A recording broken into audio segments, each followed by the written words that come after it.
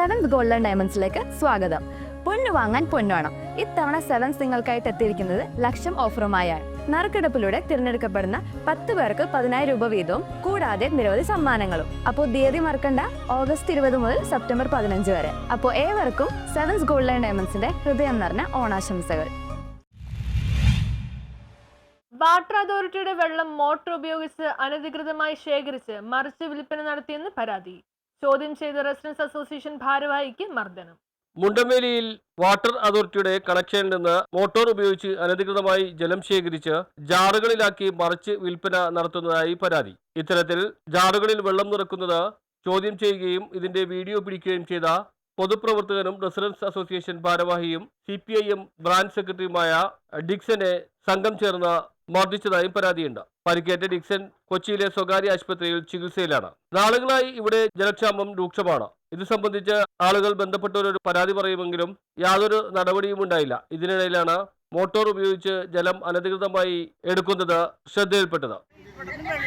ഞങ്ങൾക്ക് വെള്ളം കുടിവെള്ളം കിട്ടാണ്ട് ഈ പ്രവൃത്തി ചെയ്തു. പിന്നെ കൂട്ടത്തിൽ വന്നിട്ട് ഒരു മലയാളിനെ അടിച്ചിട്ടാനുള്ള ഇതൊക്കെ ആരായി ലൈസൻസ് കൊടുത്തേക്കണം? ഇതൊക്കെ എന്താണ് ചെയ്യണത്? ആൾക്കാരെല്ലാരും കാണുന്നതാണ്. എല്ലാ പച്ച ഓഫീസിൽ കുപ്പിടാത്ത നിറച്ചിട്ട് അവര് സീൽ ചെയ്യും. ബോട്ടിലായിട്ട് തോന്നിക്കോളൂ. എന്നിട്ട് ഇത് പല കടകളിൽ സപ്ലൈ ചെയ്യേണ്ടി വരും. ഞങ്ങളിത് 1-2 പ്രാവശ്യം കണ്ടപ്പോൾ വാണിംഗ് കൊടുത്താണ് നിങ്ങൾ ചെയ്യരുതെന്ന്. ഞങ്ങൾ വാട്ടർ അതോറിറ്റിയിൽ അവർ അറിയിച്ചിട്ടുണ്ടായിരുന്നു. ഇത് മുടക്കുന്ന സെക്കൻഡ് സാറ്റർഡേ കാരണം ഉദ്യോഗസ്ഥരുണ്ടാവില്ല എന്നുള്ളൊരു ധൈര്യത്തിലാണ് വണ്ടിയിൽ കൊണ്ടുവന്നിട്ട് നിറച്ചുകൊണ്ടിരിക്കുമ്പോൾ കൈയോടെ പിടികൂടി. ഞാൻ മൊബൈലിൽ അതിൻ്റെ വീഡിയോ എടുത്തിട്ടിരിക്കുന്ന സമയത്താണ് ഈ ആക്രമണം ഉണ്ടായത്. പെട്ടെന്ന് 2-3 പേര് കൂടി വന്ന് എന്നെ അടിച്ചപ്പോൾ ഞാൻ താഴെ വീണ് പോയി. അപ്പോൾ ഞാനിപ്പോൾ എക്സ്റേ ഒക്കെ എടുത്ത് ഹോസ്പിറ്റലിൽ പോയി അതിൻ്റെ റിപ്പോർട്ടൊക്കെ ആയിട്ട് വന്നതാണ്.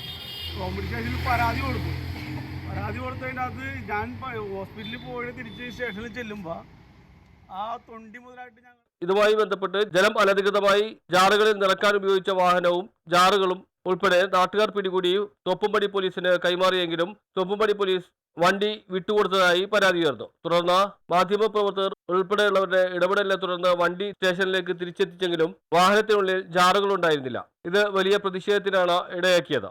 സംഭവത്തിൽ വാട്ടർ അതോറിറ്റി പോലീസിന് പരാതി നൽകുമെന്ന് പറഞ്ഞിട്ടുണ്ട്. കൗൺസിലറും പരാതി നൽകുമെന്ന് അറിയിച്ചിട്ടുണ്ട്. News bureau, Thoppumpady.